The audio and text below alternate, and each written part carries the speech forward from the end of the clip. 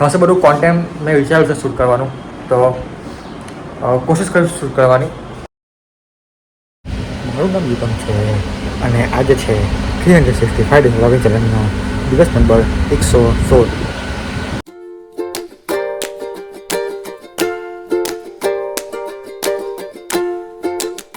સો આવો કંઈ લુક છે. એમ તો તમે સવારથી જોવો છો પણ તો બી, અને ભાઈ તમે ખાસી બધી જોયો છે કે આ બ્લેક શર્ટ બધી બહુ આપે છે, પણ કપડાં બી લેવા છે.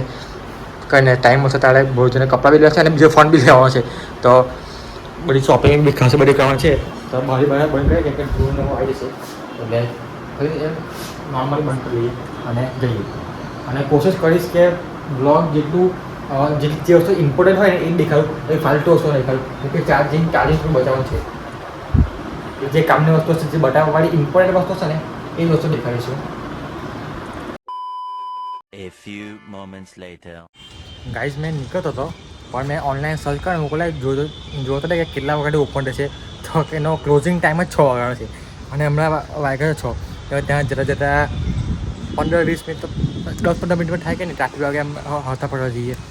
એટલે મૂકવું હવે રાણકી વાગે જવાનો મેળ નહીં પડે અને વાંધો નહીં. એને એવું કંઈ રિગ્રેટ બી નહીં થતો કે નહીં જવાતું, કેમ કે પાછું મારે આવવાનું છે લગભગ આવતા મહિનાની 23 કે 24 તારીખ પાસે આવવાનું જ છે. અહીં જ આવવાનું છે પાછું, એટલે ત્યાં જઈએ છીએ. અને ત્યાં ખાલી અને એ દિવસે બહુ કામ બી નહીં, અને આપણે કિયા લઈને આવવાનું છે.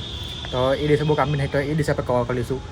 એટલે બસ હવે હમણાં મૂળ મળી ગયો યાર. અને ભાઈ ચાર્જિંગના આ બીજા ફોનમાં બી હતી, એમાં ચાર્જિંગ નહીં. જો દેખાડું કેટલું ચાર્જિંગ છે દેખાય છે? 19% છે. તો બીજા ફોન નહીં ભાઈ, આપણે એમ બી બીજો ફોન છે જ નહીં. ત્યાં પેલે ઘર પડેલો મૂકવું એમ લઈ આવ્યો તો કંઈ કામ લાગે. પણ ખબર નહીં હમણાંના અમુક દિવસોથી મારા ફોનના ગ્રહ એટલે ભાડા કેટલી થઈ ગયા. આ મારો ફોન કેટલો પડ્યો કંઈ થયું નહીં, પણ તો બી આના બી ગ્રહ ભાડા થયેલા છે. આ ફોન એ ચાલતો નહીં સરખો, તો કંઈ ફોનને મારે અવન કરાવવો પડશે.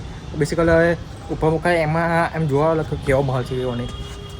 તો એમ તો બજારની એવું બી છે, પણ હવે એનો ત્યાં જઈને બી કંઈ મતલબ નહીં. જો કંઈ મન થાય તો નીકળું યાર, બાકી પછી અહીંયા જ આરામ કરીશું. અને થોડું કામકાજ છે અને આ બીજું બી મેં કામ છે. મેં તમને કીધું કે કશું કંઈ મસ્ત વસ્તુ લાવવાનું છે, કમિંગ સૂન છે, એની પર બી ખાસું બધું કામ ચાલે છે, પ્લાનિંગ ચાલે છે. એની ઉપર બી મારે થોડુંક ધ્યાન આપવું પડે છે. એટલે મેં થોડુંક એની પર બી થોડું વધારે ફોકસ કરવા માગું છું. એટલે જોશું, ઈચ્છા થશે તો મોડા લઈશું. અને આજે વહેલો સૂજીશ કેમ કે કાલે સવારે વહેલું 5 વાગે નીકળવાનું છે, 5-7 વાગે જવું. અને કાલે ઊંઘ પણ એવું પ્રોપર, તો જોઈશ વહેલો સૂજીશ. એક વાર મૂકો ભાઈ ઘરની બહાર તો નીકળીએ અને પછી જોવાશે કે કઈ જવાનું છે, કેવી રીતે જવાનું છે, બધું પછી જોવાશે. પહેલાં ઘરની બહાર નીકળીએ પછી કંઈ એમ વિચાર આવશે ને. અને ભાઈ સાહેબ ધૂળ કેટલી હોય છે ને, મેં નોટિસ કર્યું. આ જો ગાડી જોયો, ગાડી પર ધૂળ છે, તમે ખાલી કેટલી ધૂળ છે જોયો. અને હમણાં જ વાઇપરમાં છે ભાઈ, એવું બી કે હમણાં જ વાઇપરમાં છે, ખબર નહીં તમે દેખાડી કે નહીં. ધૂળ બહુ છે, પાટામાં ધૂળ બહુ હોય છે. અને એમ વેધરમાં બી એવું લાગે છે કે એમ સ્મોકી ટાઈપ હોય ને એવું લાગે છે. ખબર નહીં કેવું વાતાવરણ છે. હવે મને એવી જાણ કરેલી કે અહીંયા બેસિકલી આપણે પાછળ કશે રેલવે સ્ટેશન છે, અને રેલવે સ્ટેશનની પાછળ જ એમ બીજી બાજુ શું કહેવાય બજાર ને એવું છે. તો ત્યાં જઈએ અને જોઈએ બજાર કશું સારું લાગતું હશે તો ફરીશું, બાકી પછી પાછા થઈશું. અને અહીંથી લગભગ 500-700 મીટર જેવું હશે, એટલે ચાલીને જઈએ અને ફરીને આવીએ.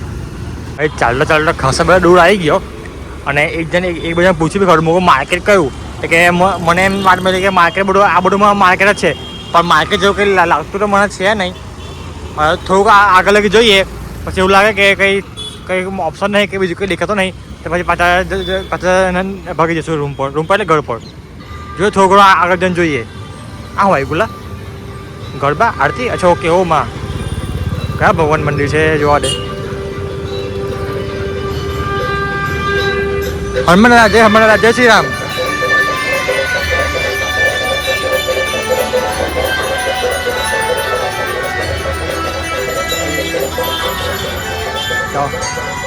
જય હનુમાન દાદા, જય શ્રી રામ. તો ચાલો હનુમાન નામ લઈ આવ્યો. હવે માર્કેટ મળી જાય એવું લાગે છે ભાઈ. હવે મારી હિંમત નહીં, હવે મેં ગીવ અપ કરું છું. કેમ કે મેં ઘરનો ચલાવું છું, કોઈ હાવ દેખાય કેમ કંઈ નવું દેખાય ઊભો રહો, કંઈ દુકાનમાં જાઓ, કંઈ ભાવ કરું. તો ભાઈ હવે મારી હિંમત નહીં. તો હવે જઈએ ફરે કંઈ ભૂખ લાગેલી છે કંઈ નાસ્તો પાણી કાં પછી કંઈ ઠંડુ બંડુ પીને જઈએ આપણે આપણા ઘર પર. તો હવે ડાયરેક્ટ અમે ત્યાં રૂમ પર જઈને મળીશ. ભાઈ સાહેબ મેં આ તમે જોયું જ ના કે અહીંયા મેળો લાગે છે ગાઈસ. વાવ અહીંયા ત્યાં આવવાનું બને નહીં યાર.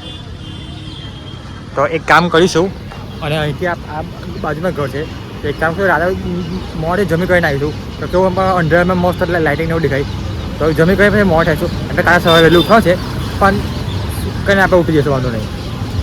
મોડે અહીંયા આવીશું પાક્કું 100% આવીશું મસ્ત. અને હું કહેવાય ભૂલી ગયા અને શું કહેવાય યાર ભૂલી ગયા કંઈ નહીં તમને કોઈ ખબર કે અને શું કહેવાય ગુજરાતીમાં તો ચકડોળ. હા ચકડોળ બરાબર ચકડોળ કહેવાય અને યાદ આવી ગયું. તો મસ્ત લાઇટિંગ જઈશું અંદર અને આટો માને જોઈશું ચાલુ થઈ ગયું જો ના ચાલુ થઈ ગઈ. હા અને અહીં આ ઘર બે બહુ હાર્ડલી 50-100 મીટર જેવું બી નહીં હોય એ બાજુમાં જ છે.